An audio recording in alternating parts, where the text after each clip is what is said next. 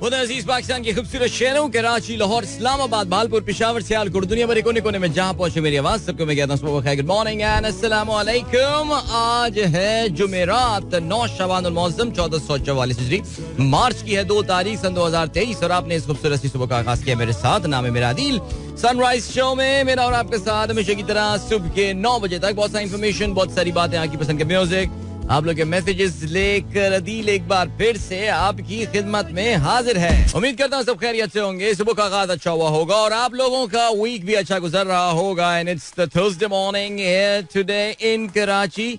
और क्योंकि मैं सुबह में आगाज में इस वक्त जो है वो कुछ ना कुछ जरूर जिक्र करता हूँ अबाउट द वेदर। तो आज बड़ी हैरत अंगेज बात हुई कल रात में जब मैंने ये नोट किया कि कराची में एक बार फिर से जो जहाज हैं वो सी की तरफ से यानी समंदर की तरफ से जो है वो अपनी अप्रोच बना रहे हैं। इसका मतलब ये है कि हवा के डायरेक्शन में जो है वो गालिबन कुछ तब्दीली आई है, लेकिन ज्यादा खुश होने की बात नहीं है, क्योंकि तब्दीली जो होती है जनरली ये सर्दी के मौसम में हमारे यहाँ ठंडी हवाओं की तरफ जो है वो निशानदेही कर रही होती है। लेकिन वही मैं कह रहा हूँ ज्यादा खुश होने की इसमें बात नहीं है, बिकॉज अभी सुना है बलूचिस्तान में कुछ वेस्टर्न डिस्टर्बेंसेस वगैरह आई जिसकी वजह से कुछ कोलू वगैरह और इन जगहों में कोई अच्छी बारिश और जालाबारी, और कोयटा में कहते हैं कि जी अगले 1-2 दिन में और अभी जो है वो बारिश वगैरह हुई है। लेकिन कराची वाले ज्यादा खुश ना हो इसके हवाले से, जो मैं कह रहा हूँ बार बार कोई इतना फर्क नहीं पड़ता है, सब कुछ नॉर्मलाइज हो जाएगा। अभी यहाँ पे 1-2 दिन की बात है और गर्मी काफी मिड 30s में ऑलरेडी जो है वो टेम्परेचर यहाँ पहुंचने शुरू हो गए हैं आफ्टरनून में, which we can pretty much feel without doubt. आप में से जो लोग जो हैं वो बाहर निकल रहे होते हैं। चलें जी, ग्रेट। और क्या सीन है? और ये सीन है दैट प्रोग्राम में अगर आपको पार्टिसिपेट करना है तो फिर आप मुझे ट्वीट कर सकते हैं with the hashtag sunrise with Adeel. आप मुझे ट्विटर पे फॉलो करना चाहते हैं तो you can follow me at adil_azhar, that's ADEL_AZHAR। थोड़ा सा लेट स्टार्ट आज मेरा हुआ और आज कुछ भी जैसे कहते हैं ना, आज अलग सुबह से nothing is going like right late night से, so I had to wake up for the Arsenal game mid, वो भी नहीं उठा मैं।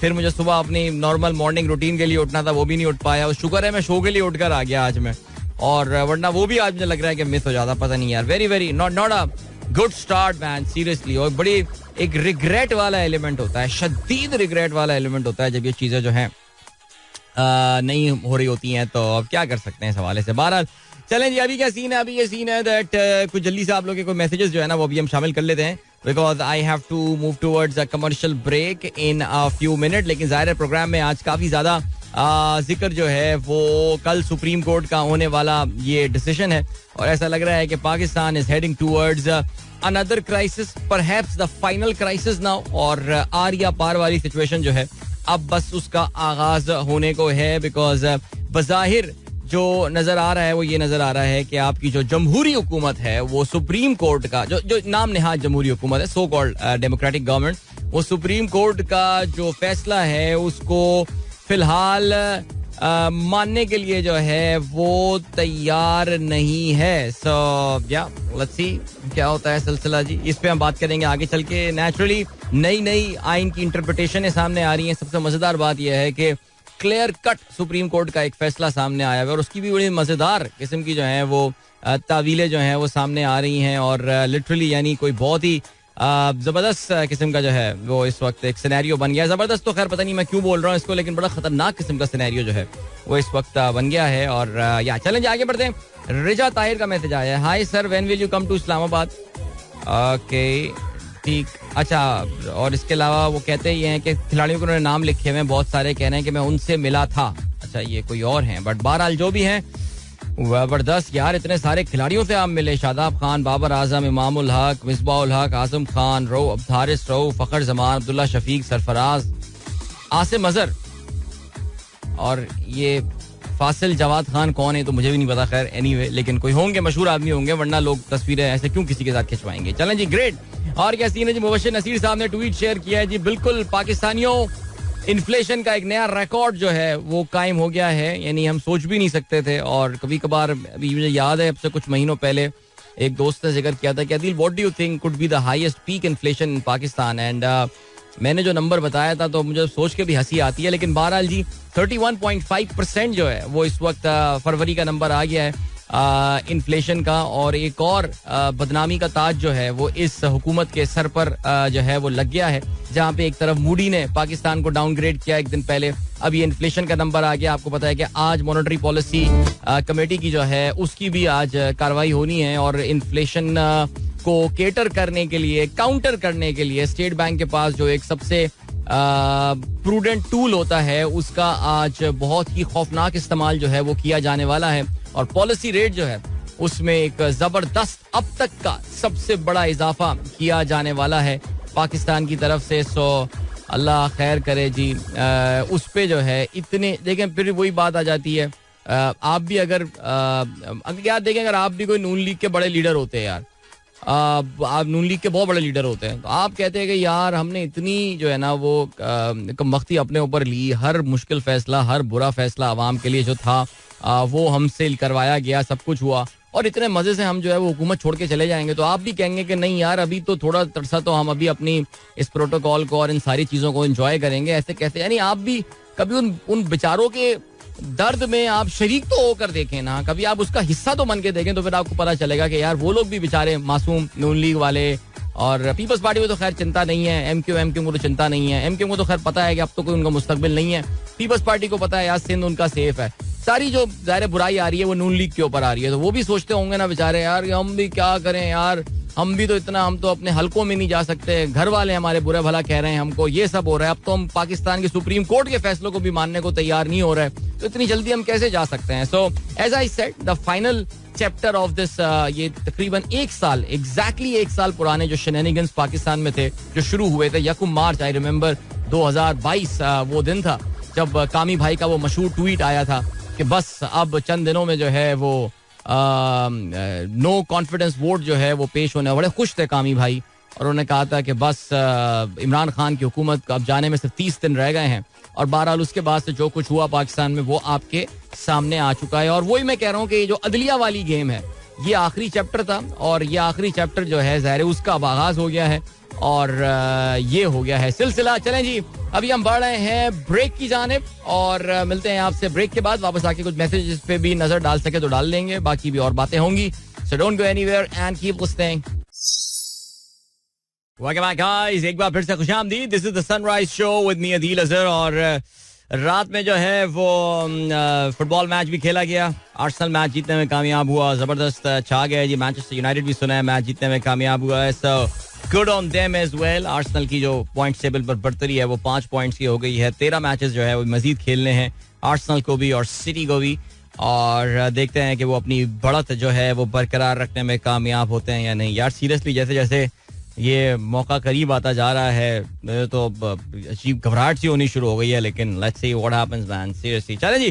और क्रिकेट में भी जी पाकिस्तान सुपर लीग में कराची फिर फुस हो गया, और बिल्कुल जी जहाँ पे जिस पोजीशन पे वाकई कराची कुछ दिनों से चौथे नंबर पे बैठा हुआ था, तो मुझे वहाँ पे अजीब बदहजमी सी हो रही थी, और वो कुछ ऐसे ही लग रहा था मुझे कि यार ये क्या हो रहा है, व्हाट इज गोइंग ऑन, ये नंबर 4 पे कैसे कराची आ सकता है, बल्कि नंबर 3 को चैलेंज कर रहा था कराची.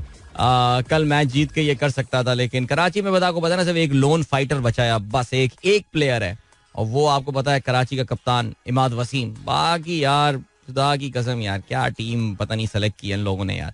बट चलें जी, उस पर बात करेंगे ऑफ कोर्स जब हम आज HPL PSL का तफसील से जो है वो जिक्र करने वाले होंगे.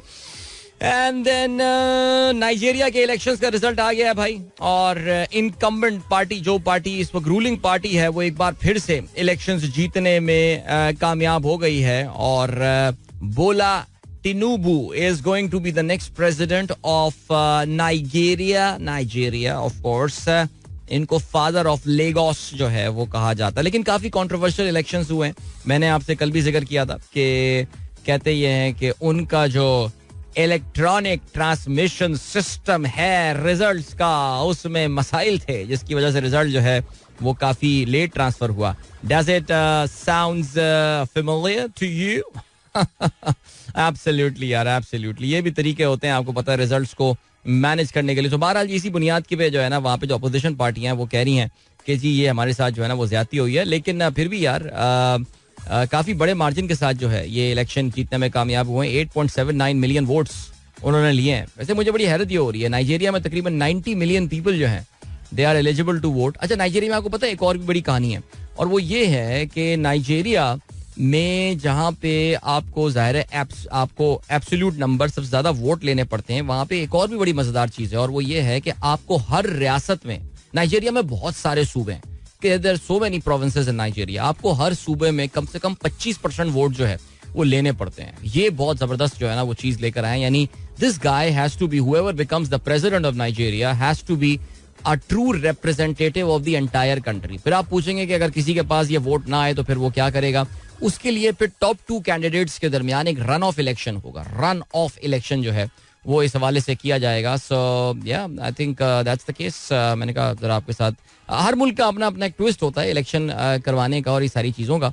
और हमारा तो खैर ज़ाहिर बरतानवी निज़ाम है जो कि एक बहुत ही बोगस निज़ाम मुझे लगता है. ये parliamentary system in the sense that होना चाहिए, वज़ीर आज़म की एक इलेक्टेड पोजीशन होनी चाहिए, लेकिन इलेक्शन डायरेक्ट तरीका इंतखाब से होना चाहिए. डायरेक्ट तरीका इंतखाब यानी 1% voting for the overall candidate. So ये representative democracy, this is the way it should be यार. ये जो हमारे यहाँ होता है ना सिलसिला, ये इसमें it opens a lot to political manoeuvring and stuff. चलें जी आगे बढ़ते हैं.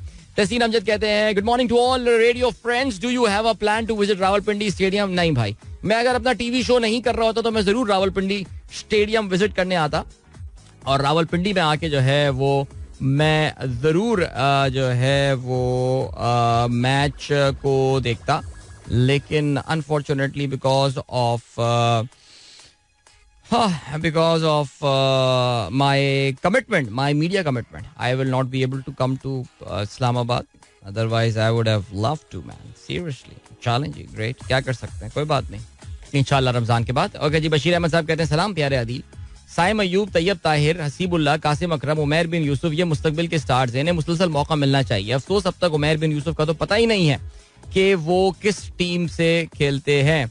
हाँ बिल्कुल जी, उमैर बिन यूसुफ, अगर आप लोग हमारी डोमेस्टिक क्रिकेट को फॉलो जो भी लोग करते हैं उनको इस बात का अंदाजा होगा कि ये हमारे डोमेस्टिक के पिछले कुछ अरसे से कंसिस्टेंट टॉप परफॉर्मर्स में से हैं.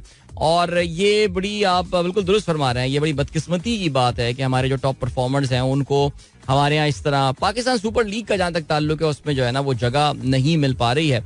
और आपने उमैर बिन यूसुफ का जिक्र किया, मुझे एक और खिलाड़ी यहाँ पर याद आता है जिसका नाम साहिबजादा फरहान है. और अगर आपको याद हो, इस बार पाकिस्तान का जो नेशनल T20 टूर्नामेंट हुआ था उसमें साहिबजादा फरहान जो है वो basically he was the top run getter in that tournament. Khyber Pakhtunkhwa की जानिब से जो है वो ऑफ कोर्स खेल रहे होते हैं, बट अनफॉर्चुनेटली पाकिस्तान की जो सुपर लीग में भी वो नज़र नहीं आते हैं. और इसके अलावा पाकिस्तान में और भी ज़ाहिर है उनका कब खेलना है, क्या होगा फलाना. जहाँ तक उमैर बिन यूसुफ का ताल्लुक कोयटा ग्लैडिएटर से उनका है ताल्लुक, और कोयटा ग्लैडिएटर हो सकता है उनको 1-2 मैचेस में खिलाकर देख ले. लेकिन प्रॉब्लम यही होती है कि आप एक मैच में खिलाते हैं एंड देन यू एक्सपेक्ट कि वो प्लेयर जो है वो रन्स करके देगा, एंड ये सारी चीज़ें जो है नहीं, ये ज़रा मुश्किल है, पॉसिबल इतना हो नहीं पाएगा.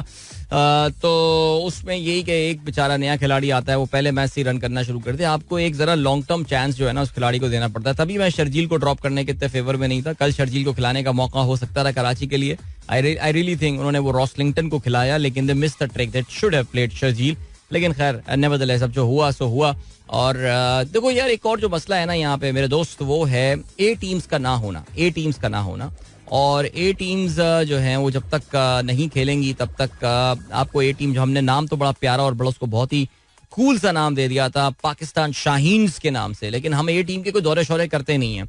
तो ये बहुत सारे खिलाड़ी, अभी मिर्जा भाई भी प्रोग्राम में हमारे बैठे हुए समा पे जो है ना वो यही कह रहे थे कि यार हमारे ज़माने में ए टीम बहुत हुआ करती थी. तो वो ए टीम्स के बहुत दौरे हुआ करते थे जिसमें वो जो है जाया करते थे और बड़ा खेला करते थे. और उससे क्या होता है कि आपको very close to the national team एक फीलर मिला करता था. दूसरे मुल्कों में जाते थे, खेलते थे, आपको वहाँ के फीलर होते, दूसरे मुल्क की टीमें यहाँ पर आया करती थी.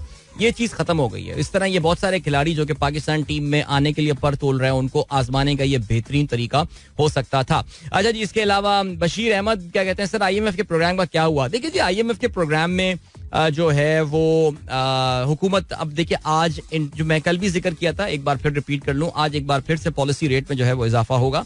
और स्टेट बैंक का जो है वो उसकी जो मॉनेटरी पॉलिसी कमेटी है वो आज डिस्काउंट रेट या इंटरेस्ट रेट में एक बार फिर से इजाफे का जो है वो ऐलान करने वाली है. लेकिन अगर आपने कल अंग्रेजी के रोजनामों में खास तौर से अगर खबर पड़ी हो तो फिर उसमें बताया ये गया है कि IMF के लेवल पे एक तरह की फ्रस्ट्रेशन है. कल डॉन ने तो इनफैक्ट जो हेडलाइन बनाई थी वो आपने देखा होगा कि IMF is quite frustrated with the goal post shifting, यानी हुकूमत पाकिस्तान जो है वो अपने टारगेट्स को ऊपर नीचे और ये सब चीज की जाए एक तरह से IMF के साथ, यानी खुदा की कसम, यानी टके की औकात नहीं रही है, अपनी फकीर बने हुए घूम रहे हैं, लेकिन हम भीख देने वाले को जो है ना ख्वार कर रहे हैं भीख देने के लिए. यानी हम कटोरा जो है ना वो भी ऊपर नीचे, कभी हम बड़ा कटोरा ला रहे हैं, कभी कुछ ला रहे हैं, कभी फलाना ला रहे हैं, वो भी कहीं कह के चले जाएं कि यार लाना तो तुम्हारे मुंह पे यार, जाओ नहीं करना कुछ यार, देना नहीं पैसे तुम लोगों को. यानी ये हरकत हो रही है. अच्छा, आपको एक और बात पता चली होगी कि इतनी इंपॉर्टेंट जो है वो इस वक्त टाइमिंग चल रही है पाकिस्तान की, और पाकिस्तान की जो वजीर मुमलिकत बराए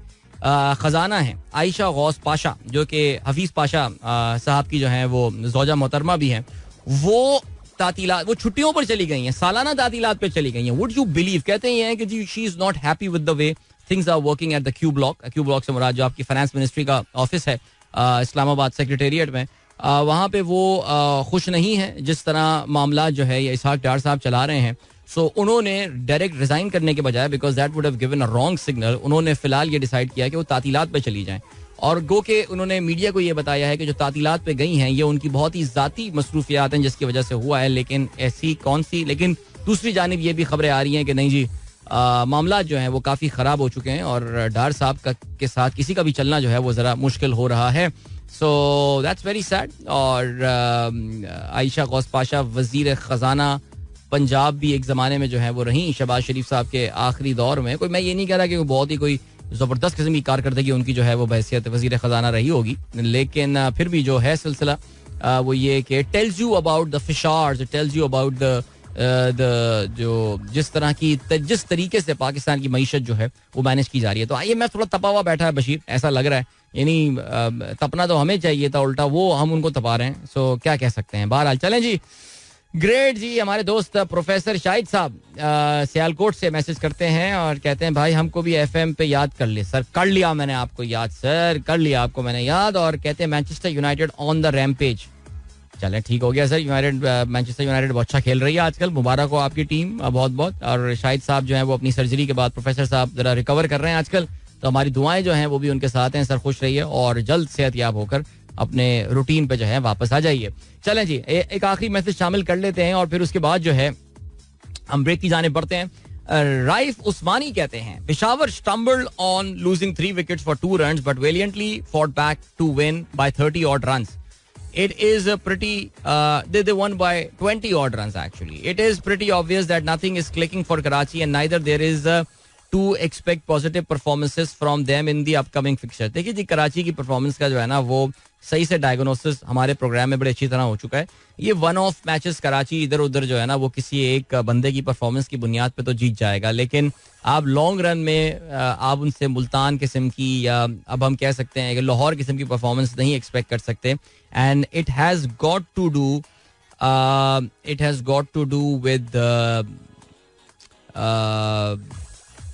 with the way this team is being managed. ये दो टीमें जो हैं ये बात बड़ी क्लियर होती जा रही है कि स्पॉन्सरशिप उठाने में तो ये बड़े उस्ताद हैं, Quetta Gladiators and Karachi Kings, लेकिन वो जो प्रोफेशनल एक फ्रेंचाइज की मैनेजमेंट आपको चाहिए होती है वो ये दोनों टीमें जो हैं वो करने में नाकाम रही हैं और बुरी तरह जो है वो नाकाम रही हैं. सो ये इसी तरह रुलते रहेंगे. कोई देखें यार, कोई तो वजह है कि अब इतने साल होते आ रहे हैं. कोयटा ग्लैडिएटर्स की तो खास तौर से 4 साल हो गए हैं जब से PSL मुकम्मल तौर से पाकिस्तान में मुंतकिल हुई है, शिफ्ट हुई है. ये टीम कुछ भी नहीं कर पा रही है. सो चलें जी, अभी ऐसा करते हैं कि आपको लिए चलते हैं हम एक ब्रेक की जाने. मिलेंगे आपसे ब्रेक के बाद. काफी सारे मैसेजेस आप लोगों के थे जो कि अनफॉर्चुनेटली मैं शामिल नहीं कर पाया, बाद में आके शामिल करेंगे. By the way Bilal Ahmad का मैसेज आया हुआ है और बिलाल ने हदीका कियानी के हवाले से खबर शेयर की है कि सैलाब मुतासरीन के लिए 100 घर तामीर करने में कामयाब. जी माशाल्लाह, कल हदीका का ट्वीट देखा था, बलूचिस्तान में मौजूद थी.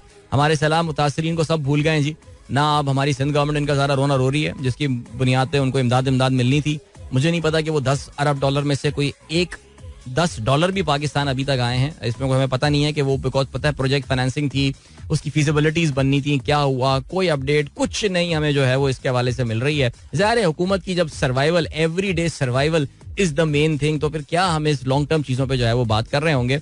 लेकिन बहरहाल भाई, ये बिलाल अहमद, आप रेहान अलवी साहब अगर आप प्रोग्राम सुन रहे हैं, ये बिलाल अहमद वही आदमी है जिन्होंने नाइकी रन क्लब चैलेंज में पहले दिन ही जो है वो 24 किलोमीटर भाग गए हैं.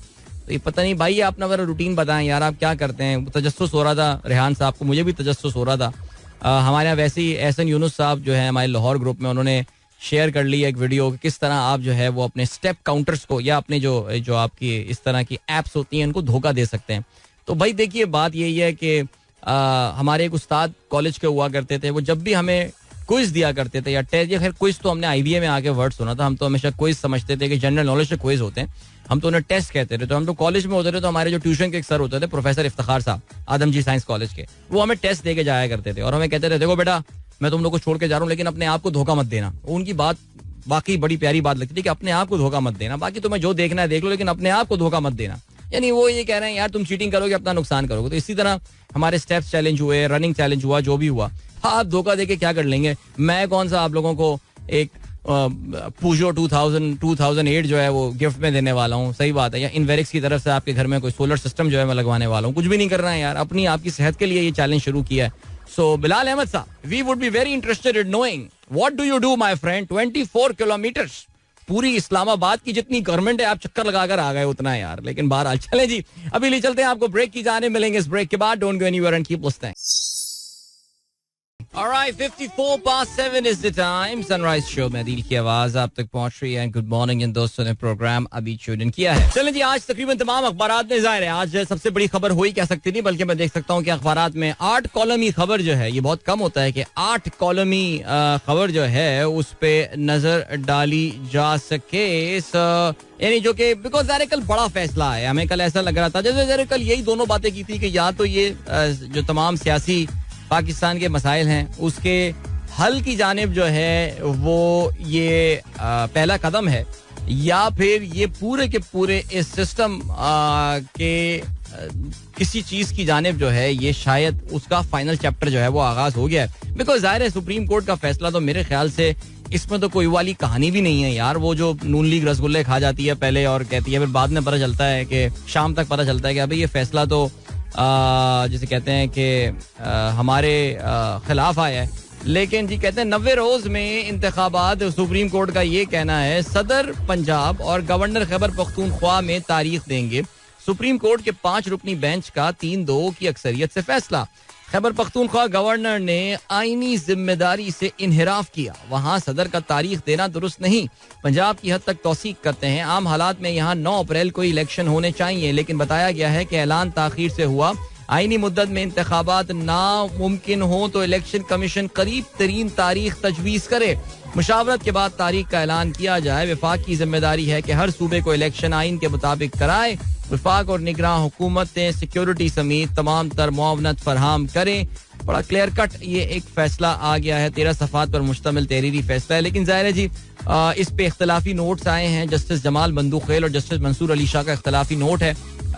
जिस वक्त समात हो रही थी उस वक्त अगर आपको याद हो तो जी जो है वो मंदूखेल साहब कह रहे थे अटॉर्नी जनरल को कि जी आप तो लगता है कि ये टारगेट लेकर आए हैं कि इलेक्शनों किस तरह आगे बढ़ा जाए. मंसूर अली शाह साहब की अगर हम बात करें तो उनके भी कुछ बयानात इस तरह के थे कि जिससे लग रहा था कि वो मुकम्मल तौर से इस कार्रवाई में अपने आप को इंगेज किए हुए, लेकिन बाद में उन्होंने कह दिया कि ये सो मोटा ही गलत था. सो बहरहाल जी जो हुआ वो हुआ. ये सब देख रही है, पाकिस्तानी कौम देख रही है कि ये क्या हो रहा है. अच्छा जी, सबसे मजेदार जो इसकी इंटरप्रिटेशन आई है यार, वैसे मैं तो कहता हूँ आफरीन है यार, नून लीग में भी मोहम्मद जुबैर जैसे लोग हैं यार, जिन्होंने कल ये फैसला आने के थोड़ी देर बाद जो है, और इवन जब वो फैसला भी उन्होंने इनकी तरफ से, ये वफाकी वजीर कानून आजम नजीर तारड़ की तरफ से ये बात भी आ गई थी कि जी ये तो 4-3 फैसला हमारे हक में आ गया है. तो उस पर भी जुबैर साहब ने जो है ना आके हम न्यूज़ का उन्होंने वो क्लिप उन्होंने शेयर किया जिसपे उन्होंने कहा कि जिसमें बड़ा क्लियरली उनका बड़ा प्रिंसिपल स्टैंड था. And I was very happy कि यार चलो नून लीग में भी ऐसे लोग हैं कि जो कि अभी भी ये कहते हैं कि भाई इलेक्शंस के अलावा और कोई, वो डे 1 से वैसे बाय द वे जुबैर साहब यही कह रहे हैं, उनका यही कहना था. देखें जी ये कोई भी इंटरप्रिटेशन करने चाहे, आई थिंक द फैसला is clear cut. Supreme court का ये फैसला हमको मानना पड़ेगा. और ये भी मुझे लग रहा है कि अभी उसका क्या हुआ, वो जो सेमिनार लीग बनी थी पाकिस्तान में, रीबिल्डिंग री इमेजिनिंग पाकिस्तान, वो कुछ मेरे ख्याल से 2-3 सेमिनार्स के बाद कुछ खामोशी हो गई है वहां से. किसी को पता तो मुझे बता. भाई अटॉर्नी जनरल कहते हैं ये तो 7 में से 3 का फैसला. ओके, नजर सानी की जरूरत नहीं, वजीर कानून का ये कहना है. तहरीक इंसाफ कहती है जजेस का 90 रोज में इंतखाबात पर इत्तेफाक जस्टिस याया जस्टिस अतर बिन अल्लाह के नोट केस रिकॉर्ड का हिस्सा हैं. शहजाद अताइलाही का ये कहना है. दरख्वास्तें 4-3 से मुस्तरद हो गई हैं. इलेक्शन कमीशन को फैसले का इख्तियार दिया जाए. आजम तराड़ का ये कहना है. तो समझ में नहीं आ रहा यार. और देखें जी, बात बड़ी सिंपल सी और ये कि नून लीग का ये कॉन्फिडेंस आपको जो है ना वो ये बता रहा है कि देखिए eight the end of the day बात समझने की, और वो ये है कि आपको पता है कि इम्प्लीमेंट करवाना किसकी जिम्मेदारी होती है. आपको पता है कि इम्प्लीमेंट करवाना ये eight the end of the day किसकी यहाँ पे जो है ना वो जिम्मेदारी होती है. और आप सोच सकते हैं फिर कि वो कैसे फिर इम्प्लीमेंट होगा. यानी कॉन्फिडेंस आपको बताता है जी. गवर्नर खैबर पख्तूनख्वा का ये कहना है इलेक्शन कमीशन से मशवरा करके तारीख दी जाएगी. अमन अमान की सूरत हाल सामने. पुलिस हुक्काम ने सिक्योरिटी के लिए एहलकार जो है वो तलब कर लिए. अदालत को आगाह कर दिया. इलेक्शन कमीशन के सामने 20 सूरत हाल रखेंगे. इमरान खान ये कहते हैं कि जेल भरो तहरीक मुअत्तल. हफ्ते से इंतखाबी मुहिम. मेरे कत्ल की दोबारा कोशिश होगी. फैसला आ गया फिर भी फिजा बनी है. इलेक्शन नहीं होंगे. हमें क्रश करने की कोशिश की गई. कौम सुप्रीम कोर्ट के साथ खड़ी है. निगरान हुकूमत में हमारे दुश्मनों को बिठाया गया. वीडियो लिंक इजलास से खिताब. अमरीकी ऐवान नुमाइंदगान के वफ्द से जो है कल इमरान खान ने मुलाकात की. जी, महंगाई का नंबर आ गया है एक बार फिर से. महंगाई 50 साल की बुलंद तरीन सतह पर जो है वो पहुंच गई है. कहते हैं जी 1965 की जंग के बाद ये सबसे बड़ी जो है ये बड़ी सतह है जहां पर ये है. और उसके बाद आपने देखा कि जी डॉलर का भी रेट आपने देखा कि जी जिस तरह कल $6.5 डॉलर जो है वो इंटर बैंक जो है उसमें बड़ा है. कल एक ज़बरदस्त जो है वो तब्दीली आई है डॉलर के सिलसिले में. और एक साल में प्याज 416%, चिकन 96%, अंडे 78%, चावल की कीमत में 77% का इजाफा हुआ. इदारा शुमारियात का कहना है. एक साल में ज़ाहिर क्या हुआ ये आपको सब कुछ पता है. और इंटर बैंक में अमरीकी डॉलर 266.11 पर जो है वो रुका है. ओपन मार्केट में 273 पर पहुंचा हुआ है. और ये भी एक बड़ी अफसोसनाक सूरत हाल है. ज़ाहिर है मूडीज का जो डाउनग्रेड पाकिस्तान को हुआ है that could be a reason. वज़ीर आज़म से MQM के वफ्द की मुलाकात. मरदमशुमारी पर तहफ़्फ़ुज़ात का इजहार. तमाम उमूर में इत्तेहादियों की मुशावरत शामिल साथ लेकर चलेंगे. चलें जी MQM. मैं तो कल वाकई जब ये नंबर सामने आया 31.6% का तो मुझे हमारे खालिद भाई और वो दूसरे जो ख्वाजा साहब हैं वो खड़े हुए उनकी प्रेस कॉन्फ्रेंस याद आ गई कि 12% वाले इन्फ्लेशन पे जो है उन्होंने कहा था कि जी हुकूमत नाकाम रही है इसलिए हम जो है वो हुकूमत छोड़ के जा रहे हैं. और अब 31% पे पता नहीं क्या सोचते होंगे वो. मुझे लगता है रात में नींद जो है वो भी नहीं आती होगी उनको. लेकिन खैर नहीं बहुत सुकून से सोते होंगे. अभी लिए चलते हैं आपको ब्रेक की जाने. मिलते हैं आपसे इस ब्रेक के बाद. Don't go anywhere and keep listening. Welcome back guys. एक बार फिर से आपको खुशामदीद कहते हैं. This is sunrise show with me Adeel Azhar and good morning. दोस्तों ने प्रोग्राम अभी ट्यून इन किया है. चलें जी अभी क्या बात करते हैं. खेलों के हवाले से बात करते हैं. और HBL PSL पे अभी हम आते हैं फुर्सत से जरा क्योंकि एक ही मैच हुआ था. लेकिन जरा जल्दी से कुछ और स्कोर्स वगैरह जो है वो निपटा लें. Let us start with football for a change. English premier league और FA कप के कल जो है वो मुकाबले हुए और जबरदस्त मुकाबले हुए. मैनचेस्टर यूनाइटेड का मुकाबला कल वेस्ट हैम के साथ था. ये कल का पहला मैच था जिसमें मैनचेस्टर यूनाइटेड 3-1 से जो है वो कामयाबी हासिल की है. And this win has taken Manchester United वो तो नंबर 3 पर खैर बहरहाल मौजूद हैं पॉइंट्स. अबे नहीं ये तो इनका मैं क्या कर रहा हूँ. ये तो FA कप का मैच था यार 5th राउंड. कल तो आर्सेनल ने सिर्फ प्रीमियर लीग का मैच खेला था. तो भाई मुबारक हो मैनचेस्टर यूनाइटेड के फैंस को बिकॉज एक ट्रॉफी तो वो अभी ऑलरेडी जीत चुके हैं and they are looking quite good to win more trophies this season. FA cup के कल मैचेस खेले जाने थे. वेस्ट हैम को जो है वो उन्होंने शिकस्त दे दी है. अब मैनचेस्टर यूनाइटेड का मुकाबला होना है at the quarter final stage with Fulham के साथ. ऑलराइट आसान मैच मिल गया यार. आसान मैच मिल गया बिल्कुल. Manchester City will take on Burnley. Sheffield United ने भाई कल टॉटनहम को शिकस्त दी है. They will take on Blackburn Rovers. और यहाँ पर जो है ब्राइटन एंड होव एल्बियन जो है उनका मुकाबला ग्रिम्सबी के साथ क्वार्टर फाइनल में होने वाला है. सो ये तो ये तो यूनाइटेड और सिटी एक दूसरे के आमने सामने एक बार फिर से आ रहे हैं इस मैच में. चलें जी प्रीमियर लीग का जो कल मैच खेला गया उसमें आर्सेनल ने एवर्टन को जो है वो शिकस्त दी. और ये मुकाबला जो है because Arsenal was a match behind तो अच्छा है जरा. अब तकरीबन तमाम टीमें ऑलमोस्ट एक ही नंबर ऑफ मैचेस पे आ गई हैं. आर्सेनल ने 4-0 से जो है ये कामयाबी हासिल की है. And a match that Arsenal thoroughly dominated. इसमें कोई शक नहीं है. They managed a 73% possession in the game with 15 shots on goal. 4-0 से कामयाबी हासिल की. साका, मार्टिनेली के 2 गोल्स और इसके अलावा ओडिगार्ड ने जो है वो 1 गोल स्कोर किया. सो आर्सेनल ने अपनी position top of the table consolidate जो है वो इस वक्त कर ली है with 60 points. Manchester city has got 55 points. Manchester United is on 49 points, but they have got a match in hand and they will be in action. Manchester United, they're going to have a very interesting game which is going to be against Liverpool इस weekend पे. इतवार के दिन ये match होना है और Liverpool की फॉर्म तो काफी खराब चल रही है, लेकिन लेट्स सी कि मैनचेस्टर यूनाइटेड को वो कोई चैलेंज पुट अप करने में कामयाब हो पाएंगे या नहीं. वीकेंड के मैचेस के हवाले से हम कल बात करेंगे. इसके अलावा टेस्ट मैच का आगाज हो गया है. इंडिया ऑस्ट्रेलिया, पहले दिन 14 विकेटें जो हैं वो गिरी हैं. एक और स्क्वायर टर्नर जो है वो विकेट बनाकर दे दी, लेकिन इंडिया ने उसमें पहले बैटिंग भी की इसी उम्मीद के साथ कि वो आखिरी बैटिंग ऑस्ट्रेलिया से करवाएंगे और जल्दी से ये मैच जीत के सीरीज भी जो है वो अपने नाम कर लेंगे. लेकिन कल मामला जो है वो हुआ है कुछ और वो जो मामला कुछ और हुआ है वो ये हुआ है दैट इंडिया खुद अपने ही जाल में जो है वो फंस गया है. और वो फंस इस तरह गया कि ऑस्ट्रेलिया के जो स्पिनर्स थे यार, वैसे वाकई सीरियसली कल मैं वो मैच देख रहा था और उसमें वो जिस तरह झाड़ू दे रहे थे और उसमें जिस तरह वो मिट्टी उड़ रही थी. अच्छा जबरदस्त. क्रिक इन्फो ने आज अपनी तस्वीर भी यही लगाई हुई है यार. जिस तरह वो डस्ट बोल जो बनाया जाता है ना, वो टिपिकल नागपुर टाइप विकेट जो इंडिया बनाता है यार, यानी वो कल मैं देख रहा था, कल कुछ इंडियंस भी तपे हुए थे. इंडिया हार रहा है ना तो अब तप रहे हैं थोड़ा सा. अभी हार तो नहीं रहा, खैर एनीवे भाई सीन ये हुआ इंडिया की पूरी टीम 109 रन बनाकर जो है वो आउट हो गई. और कल जब खेल खत्म हुआ तो ऑस्ट्रेलिया ने 156 रन बना लिए थे और उनके 4 खिलाड़ी आउट हुए थे. बल्कि एक मौके पर तो Australia was looking quite good. उन्होंने उनकी पूरी लीड जो है इंडिया की ओवरऑल कर ली थी और उनकी सिर्फ 1 विकेट जो है वो गिरी थी. लेकिन आखिर के चंद ओवर्स में जो है they lost 3 of their batsman, जिसमें ऑफ कोर्स उस्मान ख्वाजा जिन्होंने कल बहुत जबरदस्त फाइटिंग नॉक खेली. इस बहुत मुश्किल विकेट पर 60 रन बनाकर उस्मान ख्वाजा आउट हुए. किसी और विकेट पे ना ये 150 रन थे इसके. वैसे वाकई मानस लेबुशैन जो है उन्होंने बनाए 31. स्टीव स्मिथ जो है 26 रन बनाकर आउट हुए. कल जब खेल खत्म हुआ तो पीटर हैंड्सकॉम्ब जो है वो बैटिंग कर रहे थे 7 रन पर और Cameron green was batting on number 6.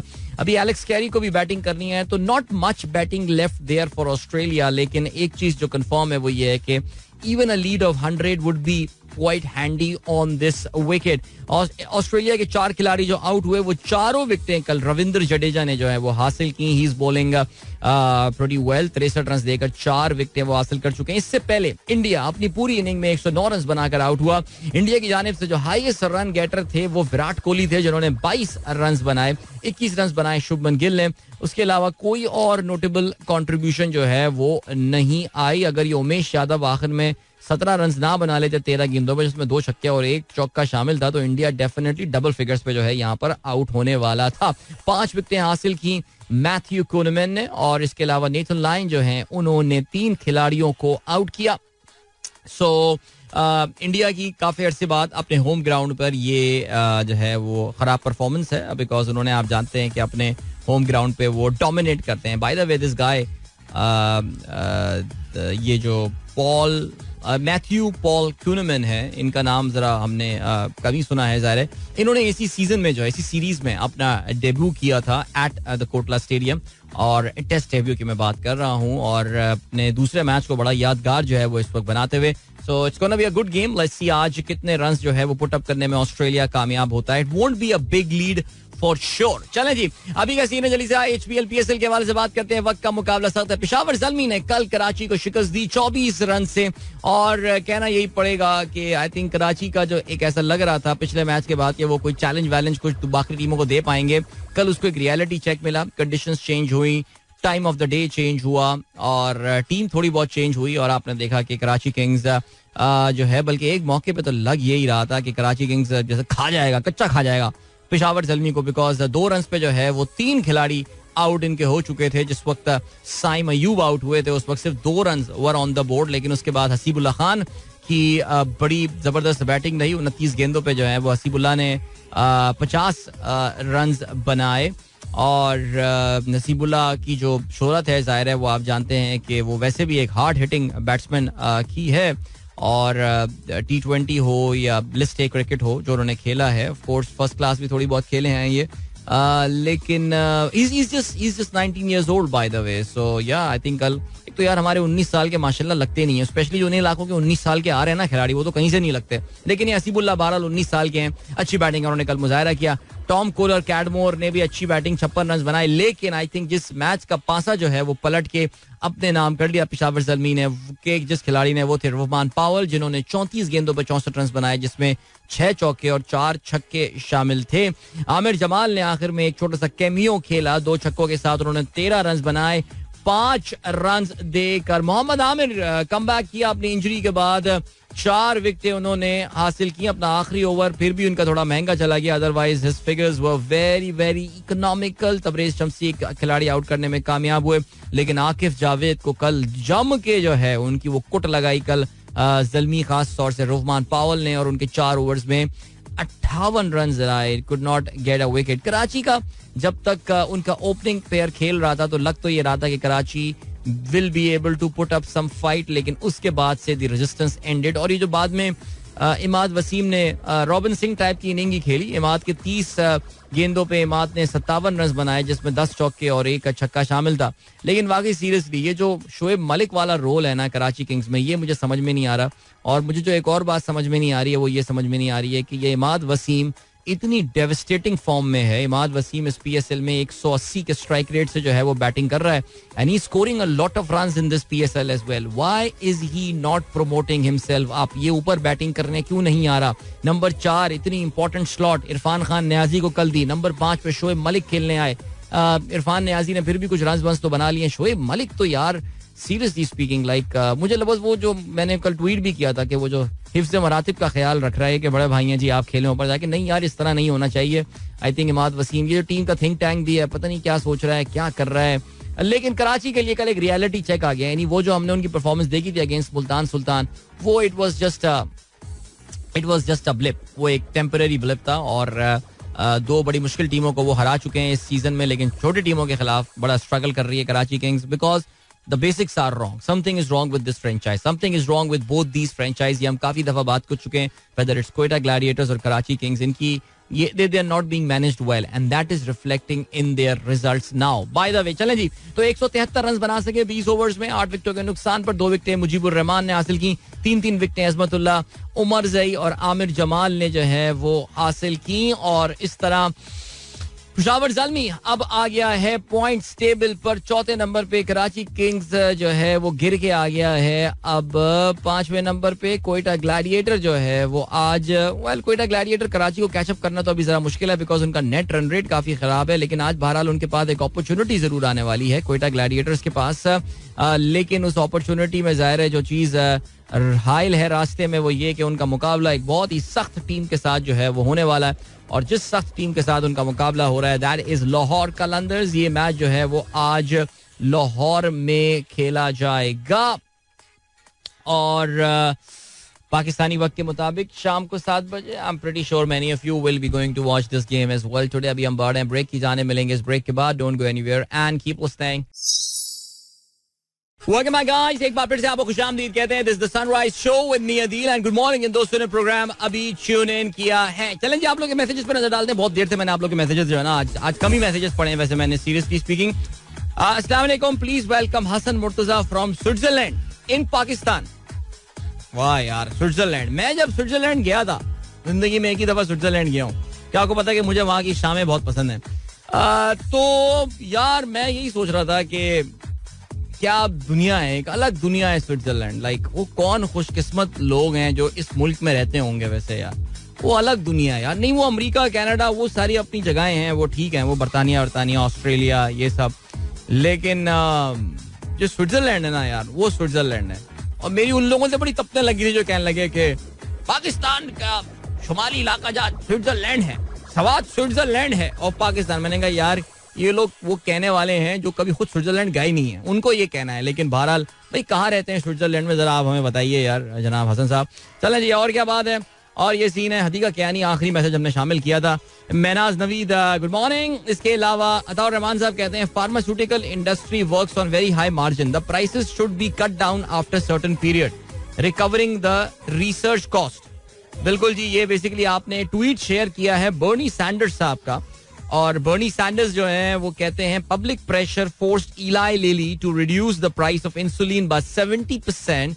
I sent a letter demanding Sanofi and Novo Nordisk to do the same. Now it is the time to end the greed of pharmaceutical industry and substantially lower the outrageous cost of prescription drugs. बिल्कुल जी, वो जो patent period है वो जब खत्म हो जाता है तो उसके बाद तो खैर जेनेरिक ड्रग्स आ जाती हैं मार्केट में, they can be manufactured at such a low cost, but well anyway. चलें जी आगे बढ़ते हैं. और क्या सीन है? ताउर रहमान साहब, सर आप मुझसे क्या मैसेजेस पढ़वाना चाह रहे हैं कि मेरा शो बंद करवाएंगे? लेकिन बहरहाल जी, रहमान खिलजी साहब ज़ल्मी के गेम के हवाले से जो है ना वो बहुत खुश हैं, तो ठीक है जी. पीर ज़हीर साहब जो हैं वो सबको सलाम कहते हैं. कराची किंग्स की हार पर अफसोस है.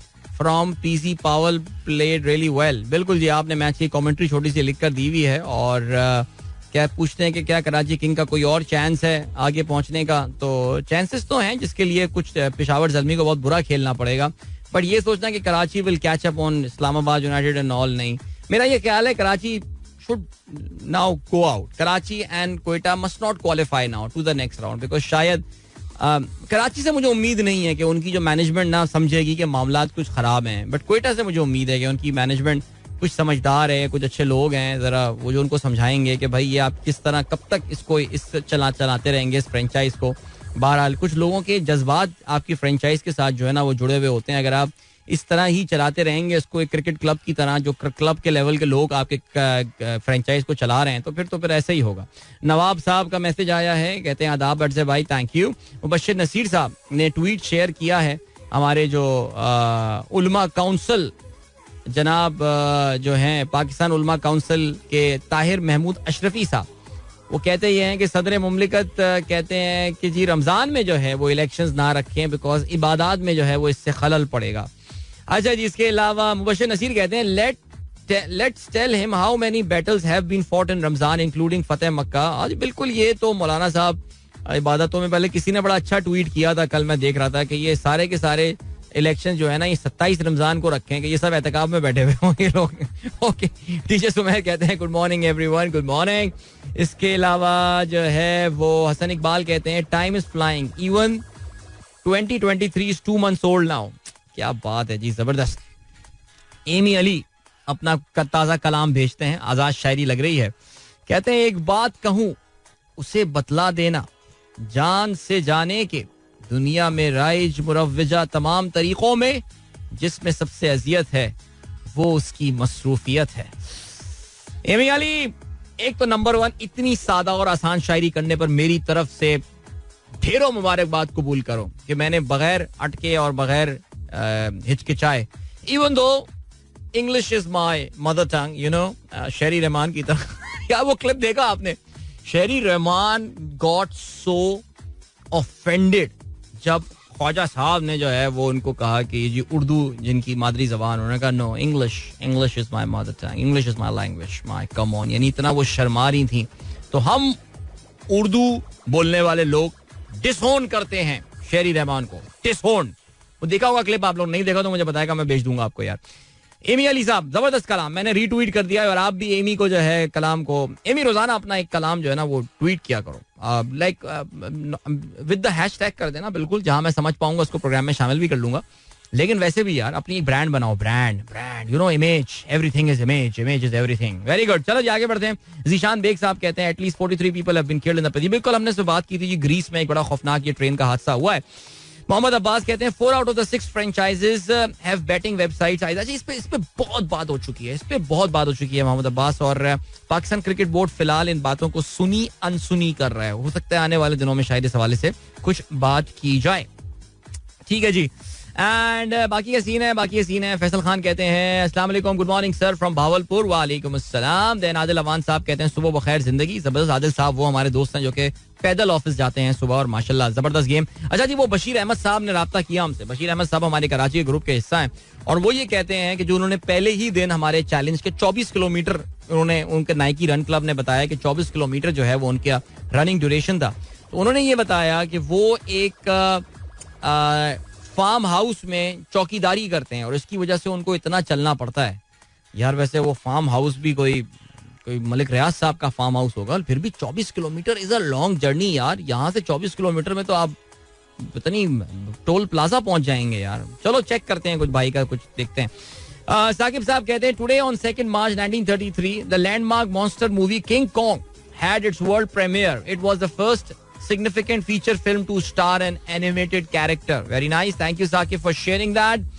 इसके अलावा पीर ज़हीर साहब कहते हैं What do you take food before jogging, running, fruit or any energy meal?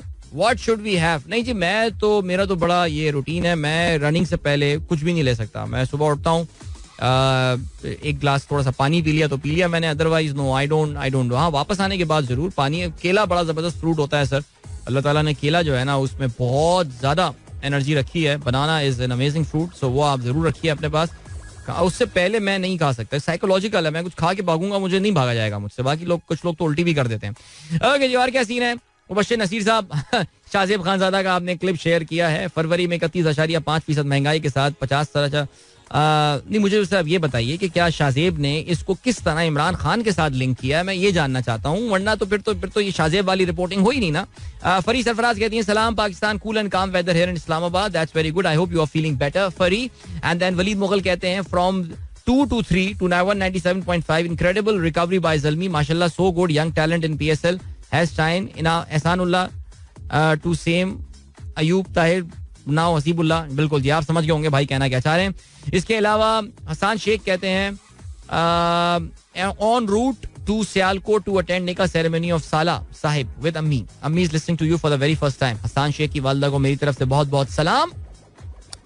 And इसके अलावा अताउर रहमान साहब कहते हैं I saw this big balloon today morning, can you please explain. Sir sale चल रही है सर, एक कंपनी ने अपनी सेल, ये बेसिकली कराची जो गेम्स हो रहे हैं जिसके हवाले से मैंने भी जिक्र किया था, उसके ये गालबन स्पॉन्सर्स हैं, तो उस हवाले से ये बात कर रहे हैं. कराची खेलेगा. ओके. खुरम कहते हैं is this the final round of court versus army? This is the final round of people versus everyone. ये है कहानी. ओके, जिसके अलावा फवाद कहते हैं गुड मॉर्निंग. चलें जी, मैसेजेस मैंने काफी सारे शामिल कर लिए. अब सभी ले चलते हैं आपको ब्रेक की जाने. मिलेंगे आपसे इस ब्रेक के बाद. Don't go anywhere and keep listening. Welcome back guys, एक बार फिर से आपको खुशामदीद कहते हैं. This is the Sunrise Show with me Adil Azhar and good morning. इन दोस्तों ने प्रोग्राम अभी ट्यून इन किया है and you were listening to Pasuri. I hope you guys enjoyed that song as well. And क्या scene है जनाब? Messages आप लोग काफी सारे आए हुए हैं. अच्छा जी, चलें जी. खबर कहते हैं bro I think Wasim Akram must go back to commentary panel since Rana sahib disappeared. LQ is doing good.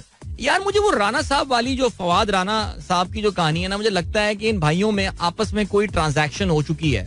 There has been a transaction between the brothers and Fawad Rana साहब is now out of the team and he is मुझे ऐसा लगता है कि वो इसी वजह से नजर तो ही नहीं आते ना, नजर ही नहीं आते होते. वरना देखें एक मौका तो ऐसा होता था कि हर मैच में वो बैठे हुए होते थे.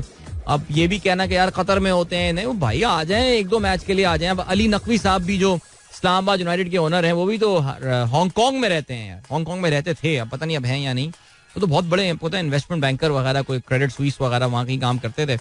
So he should I think they have sold off this to Sameen Rana and stuff. Okay जी. सर आप शोएब मलिक के पीछे पड़ गए. Please see before the 3 matches Malik was no number 3 position of top run scorer. बस फिर खिलाते रहे शोएब मलिक को, खिलाते रहे, आप खुश रहिए जी. बिल्कुल बेहतरीन. इसके अलावा यार अच्छा ट्वीट आया लेकिन मैं शेयर नहीं कर सकता ये. अच्छा जी, एक्सीलेंट. अच्छा महनाज कहती हैं Adeel Azhar excellent, you read MELE poetry very well, same like my anniversary tweet. Okay जी, जबरदस्त, ग्रेट.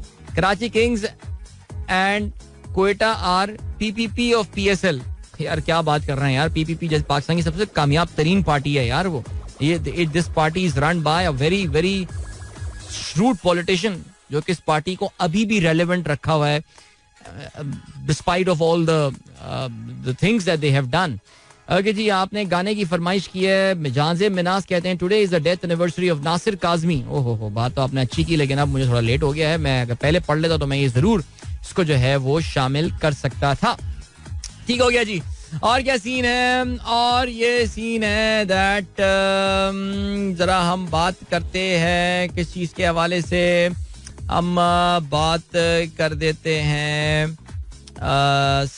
एक नहीं यार, कोई मजेदार इंटरनेशनल खबर मिल नहीं रही है यार. चलो हम अपनी ऐसा करते हैं ना, अपनी इन्फ्लेशन का ही रोना रो लेते हैं यार अपनी. मैंने नाइजीरिया के इलेक्शन का तो मैंने आपको जो है वो बता दिया कि नाइजीरिया में जो है वो सारे इलेक्शंस कंट्रोवर्शियल इलेक्शंस हैं जी. बोला टिनुबू जो है वो इलेक्शन जीते हैं, जिनको गॉड फादर ऑफ नाइजीरिया कहा जाता है. लेकिन अभी मुझे चेक ये करना है कि क्या उनको जो मिनिमम थ्रेशोल्ड वोट्स का था वो वहां पहुंचने में कामयाब हो गए या नहीं.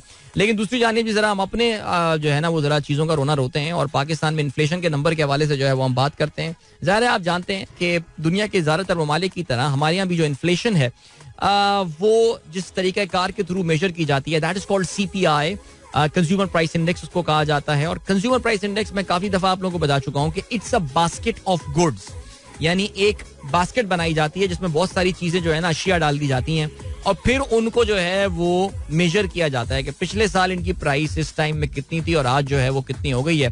सो उसमें खाने पीने की जो आम अशिया होती हैं वो होती है, उसमें पेट्रोल होता है, डीजल हो गया, रेंटल हो गया, ये सारी बातें हो गई. सो आपका जो फेडरल ब्यूरो ऑफ स्टैटिस्टिक्स है वहां पे एक्चुअली लोग होते हैं जो जाके दुकानों में जाके इनकी कीमतें एक्चुअली चेक कर रहे होते हैं. वाकई फिजिकली जाके इसको जो है वो चेक किया जाता है और फिर वो फॉर्म भर रहे होते हैं और फिर उसको, अब तो खैर आई एम प्रीटी श्योर ये इलेक्ट्रॉनिक हो गया होगा, और फिर ये जैसे ही महीना खत्म होता है उसके नेक्स्ट डे जो है ना ये पब्लिश कर दी जाती है. तो कल जो है वो फरवरी का नंबर जो है वो पब्लिश कर दिया गया है और फरवरी का नंबर जो पब्लिश किया गया है ये बहुत ही अफसोसनाक नंबर है पाकिस्तानियों के लिए. CPI जिसके बारे में अक्सर ये कहा जाता है दैट उसकी मेथडोलॉजी इज फ्लॉड, वो पाकिस्तान में अपने हाईएस्ट लेवल पर आ गया है सिंस मिड 1965, यानी सितंबर की जंग जब हुई थी 1965 उस वक्त जो हमारे यहाँ एक सप्लाई शॉक लगा था और जो प्राइसेस वाला शॉक लगा था उसके बाद this is the highest number. July, बल्कि नॉट इवन सितंबर, जुलाई की जो जंग हुई थी, जुलाई में जंग से पहले जो जुलाई था यार, जुलाई में कौन सी जंग थी, लेकिन उसके बाद जो है ये पाकिस्तान की तारीख का सबसे ज्यादा इन्फ्लेशन जो है नंबर हिट हुआ है 31.6%. इस पे भी मैं, और ये ईयर ऑन ईयर है, यानी पिछले फरवरी में प्राइसेस क्या थी और अब प्राइसेस जो हैं वो क्या हो गई हैं. Again I repeat, CPI does not really mean that it is applicable to you. CPI जो है वो बेसिकली अगर देखा जाए तो वो एक तरीका है जो कि ये बताता है कि जो सरकार ने एक बास्केट ऑफ गुड्स बनाई हुई है. हो सकता है आपकी बास्केट में चिकन ज्यादा हो, किसी की बास्केट में दालें ज्यादा हो, तो हर एक की बास्केट अपनी अलग होती है.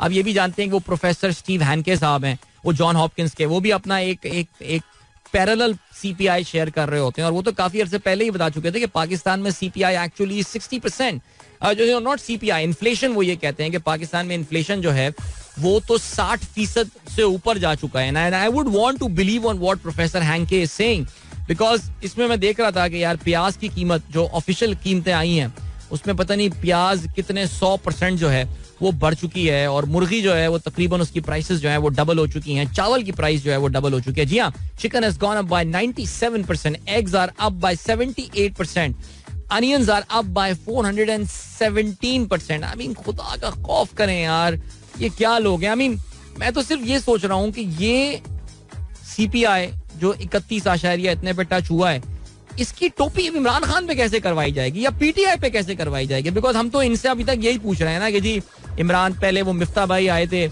हमारे लिबरल्स के फेवरेट फाइनेंस मिनिस्टर, उन्होंने कहा जी ये तो लैंड माइन बिछाकर गए हमारे लिए. अबे भाई इतने अरसे में तो एंटी लैंड माइन कोई बंदे लगा देते, वो उठा देते ना लैंड माइन तुम्हारी यार, खत्म कर देते. लेकिन नहीं जी, वो तो लैंड माइन्स अभी तक, अब एक साल याद रहे जी, मार्च 2022 वो महीना था जब इफेक्टिवली इमरान खान की गवर्नमेंट खत्म हो चुकी थी. वो तो मार्च तो बस होता है कि गेम खत्म हो चुकी है इनकी. एक साल हो गया है इस पूरे सर्कस को, ठीक है जी, और उसका नतीजा जो निकल कर आया वो निकल कर आया कि पाकिस्तान की तारीख का 50 साल का हाईएस्ट इन्फ्लेशन का नंबर जो है वो हम टच करने में कामयाब हुए. कल मैं इंडिया से ये खबर पढ़ रहा था, इंडिया में प्याज इतनी सस्ती हो गई है कि वहां के जो किसान हैं उन्होंने प्याज इस वक्त डंप करनी शुरू कर दी है, because they are just not, they just can't store that. The price that they are getting for प्याज in open market is so low कि it is not even covering the cost that they have. इतनी उनके पास stock जमा हो गया है. And Pakistan में the प्याज इतनी वो प्राइस आके फिक्स हो गई है कि वो 250-300 रुपए पे मिल रही है. और उसके just a fraction of the cost पे, तो यार maybe we can think about there's something has gone seriously wrong in the way we have been managing our things. So is flood a reason for that? So if flood was the reason, what did the government do regarding the imports of these goods? क्या इसका ताल्लुक ports पे फंसे हुए हमारे container से तो नहीं था? बहुत सारी पल्सेस वगैरह जो नॉन पेरिशेबल आइटम्स थे वो वहां पे आके फंस गए and all. Something seriously has gone wrong and now please, अब तो मेरे ख्याल से जो नून लीग के अपने बड़े हार्डकोर सपोर्टर्स होंगे वो भी अब इस बात पे कह रहे होंगे कि यार कब तक पीटीआई की गवर्नमेंट को करेंगे, अब तो 1 साल पूरा होने को आ रहा है आपकी हुकूमत को यार. एंड ये क्या हो रहा है? इफ इतने बड़ी पॉलिटिकल इंजीनियरिंग का पाकिस्तान में मकसद जो है वो सिर्फ 31.5% इन्फ्लेशन रेट था, तो फिर तो यार मेरे ख्याल से आई एम श्योर करने वाले भी सोचते होंगे कि यार ये हमने क्या कर लिया. लेकिन खैर एनीवे, दूसरी जो एक और बात हुई है वो ये बात हुई है कि आज सुप्रीम कोर्ट कह रहा हूँ, आज स्टेट बैंक ऑफ पाकिस्तान की जो मॉनेटरी पॉलिसी कमेटी है वो बैठ रही है और ख्याल ये है कि तकरीबन कोई 200 बेसिस पॉइंट यानी 2% से डिस्काउंट रेट बढ़ जाएगा. इसका मतलब ये that there is a possibility that they are looking at some more inflation. There's more inflation on the horizon. So अल्लाह खैर करे. ले चलते हैं आपको भी ब्रेक की जाने, मिलेंगे इस ब्रेक के बाद. Don't go anywhere and keep listening. welcome back guys. एक बार फिर से आपको जो है वो खुशामदीद कहते हैं एंड गुड मॉर्निंग. दोस्तों ने प्रोग्राम अभी ट्यून इन किया भाई, बहुत लेट प्रोग्राम ट्यून इन किया आपने अगर अभी ट्यून इन किया है. अच्छा जी, हसन साहब कहते हैं कि 300 बेसिस पॉइंट, और अल्लाह खैर करे 300 बेसिस पॉइंट यार. 300 बेसिस पॉइंट से अगर वाकई इंटरेस्ट रेट बढ़ने वाला है यानी पॉलिसी रेट बढ़ने वाला है, तो फिर आपके अगर लोन्स की एनिवर्सरी आने वाली है अगले 1-2 महीने में, फिर तो आपकी खैर ही नहीं है. यानी लोगों की जो मंथली इंस्टॉलमेंट्स वगैरह हैं वो काफ़ी ज़्यादा जैसे कहते हैं कि बढ़ जाएंगी यार. अल्लाह खैर करे जी. बिल्कुल जी, ऐसे ही है सिलसिला. एनीवे, और क्या सीन है जी इकोनॉमी के हवाले से जो है वो क्या बात करूं यार आप लोगों के साथ मैं. फिर आप लोग कहेंगे यार ये नेगेटिव हो गया है और बहुत ही नेगेटिव बातें करता है. दिल तुम्हें तो पॉजिटिव बातें करनी थी, तुम कैसे नेगेटिव हो सकते हो? लेकिन मैं क्या बोलूं यार, मैं भी इंसान हूं at the end of the day यार. So if you find it very negative, what can I do man. चलें जी, फ़हीम अली खान भाई अस्सलाम वालेकुम. चलें जी, अच्छी बात कर दी फ़हीम भाई, थैंक यू, खुश रहिए.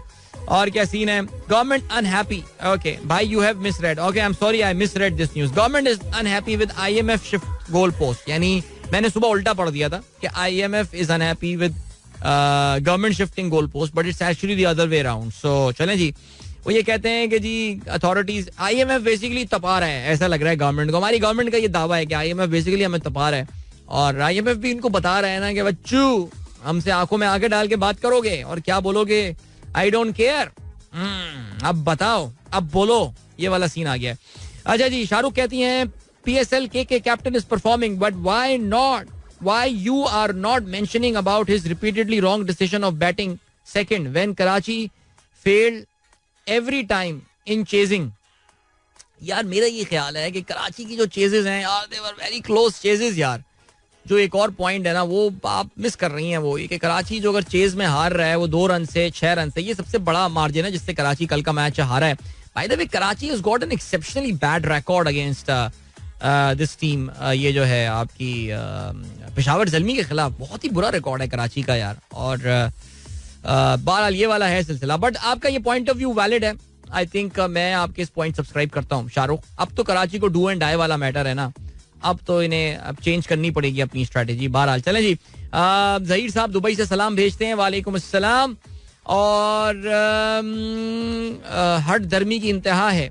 जावेद इकबाल साहब कहते हैं हुकूमत दिन को रात और सुबह को शाम और आसमान को जमीन कहने पर तुली हुई है. ओके जी, उमर फारूक कहते हैं sir it looks like that $300 will cross. हाँ, अगर IMF नहीं आया तो फिर तो ये काफी पॉसिबिलिटी है. अच्छा जी, इसके अलावा नदीम साहब कहते हैं after long time you tweeting in your show what is the update on the Ukraine war. देखिए, यूक्रेन वॉर की अपडेट सिर्फ यही है इस वक्त कि रूस ने जो है वो इस वक्त कुछ इलाकों में, कुछ शहरों में जो है ना जो ईस्टर्न बॉर्डर पे हैं उस पर काफी तेजी कर दी है उन्होंने अपनी बमबारी वगैरह. और ऐसा लग ये रहा है कि वो एक फ्रेश ऑफेंसिव लॉन्च करने वाले हैं. चीन की जानिब से इस वक्त आप जानते हैं कि कुछ दोस्ताना चीजें जो है अमन के लिए कुछ कोशिशें की जा रही हैं, जिसको जाहिर है मगरबी दुनिया शक व शकूक व शुबात की नजर से जो है वो देख रही है. लेकिन वो चीन के सदर जो है उन्होंने कल बेलारूस के सदर से भी जो है वो मुलाकात की, जो कि आप जानते हैं कि व्लादिमीर पुतिन के बाद कोई दूसरी अगर अछूत कन्या है मगरबी दुनिया के लिए तो वो बेसिकली यही है. जनाब एलेक्सेंडर लुकाशेंका जो कि प्रेसिडेंट हैं बेलारूस के, उनसे उन्होंने मुलाकात की है. लेकिन ऐसे ही लग रहा है कि यार another round of this war is imminent. Okay जी, that is great. Amin Nausher कहते हैं good morning from my kitchen, omelette preparation in full swing, enjoy it might enjoy. Alright, and ये सीन है जुनैद अहद सिद्दीकी कहते हैं not sure if you had discussed this incident in your programme. जी बिल्कुल, मैंने बात किया था. पाकिस्तान की साबिक हॉकी और फुटबॉल प्लेयर शाहिदा रजा जो हैं, she was among the 64 people who drowned in that boat incident off the coast of Italy, and very very sad thing, very sad news जो है. She belong to the Hazara community. So या तसव्वुर नकवी कहते हैं 200 basis point 2 times increase. यार एक दफा 500 basis point state bank increase करके सारे गेम ही खत्म कर दे यार, सारी गेम ऑफ कर दो यार. एनीवे चलें चलिए चलते हैं अब आपको प्रोग्राम के खत्म की जानिब. इंशाल्लाह कल सुबह आप लोगों से फिर होगी मुलाकात. अपना बहुत बहुत ख्याल रखिएगा. मेरा insta live will go on for the next few minutes because at 9:30 I have got to be on TV, so I have got some time in middle, so I'll move to the balcony because Salmeen will be coming in here. So inshallah kal milte hain. Till then, goodbye, God bless, Allah Hafiz, and Pakistan Zindabad. This is Mira FM 107.4.